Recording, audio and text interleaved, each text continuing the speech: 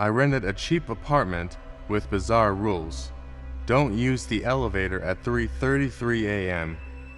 Don't speak to the mirror woman. Don't answer 3 knocks. I broke rule number 7. I should have known better than to rent an apartment that cheap. The ad said, cozy 1-bedroom, utilities included. Must follow building rules. The price was half the average for the city. I figured the rules meant no smoking or loud music. I was wrong.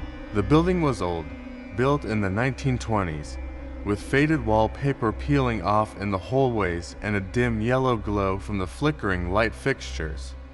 The elevator was an ancient metal cage with a folding gate, the kind you see in black and white movies. The landlord, Mr. Harris, was in his late 70s and wore a cardigan with elbow patches. He smiled too much. The first day I moved in, he handed me a typed list of rules. It looked like it had been copied so many times the letters were starting to fade. Rule 1. Do not use the elevator at 3:33 a.m. Rule 2. Do not look directly into the mirrors in the hallway after dark. Rule 3. If you hear 3 knocks on your door, do not answer. Rule 4. Keep your blinds closed at night. Rule 5. If you see a woman in a white dress standing at the end of the hall, go back into your apartment and lock the door. Rule 6. Do not leave your apartment between 2 a.m. and 4 a.m. Rule 7.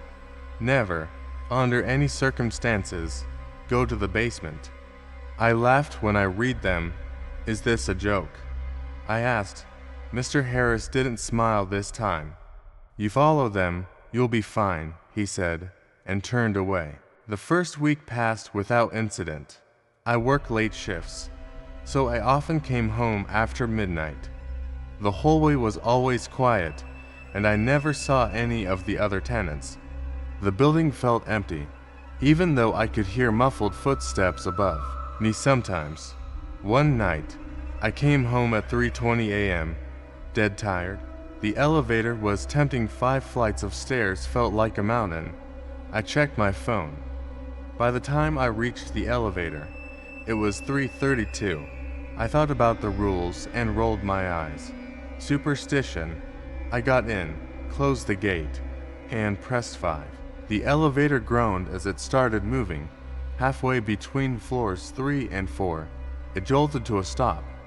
The light inside flickered, then went out. In the dark, I heard its soft breathing just behind me. My chest tightened. I turned slowly, but there was no one there. Then, in the blackness, I saw a shape tall, thin, with a head that tilted too far to one side. I slammed my hand against the buttons. Any button, praying for the elevator to move. It shuddered, then continued upward. When the light flicked back on, I was alone. My hands were shaking as I got to my floor. I told myself it was my imagination. A few nights later, I was heading to the kitchen for water when I noticed my blinds were open. I was sure I had closed them. I walked over to shut them and froze. In the window's reflection, there was a figure standing behind me, a woman, in a white dress, hair hanging over her face. I spun around. Nothing. When I looked back at the reflection, she was closer. I yanked the blind shut and didn't sleep the rest of the night. I should have left then, but the rent was cheap and I convinced myself I was just overtired. The real trouble started on the 3rd Friday of the month. I woke at 4:45 a.m. to the sound of 3 slow, deliberate knocks on my door. I remembered the rules.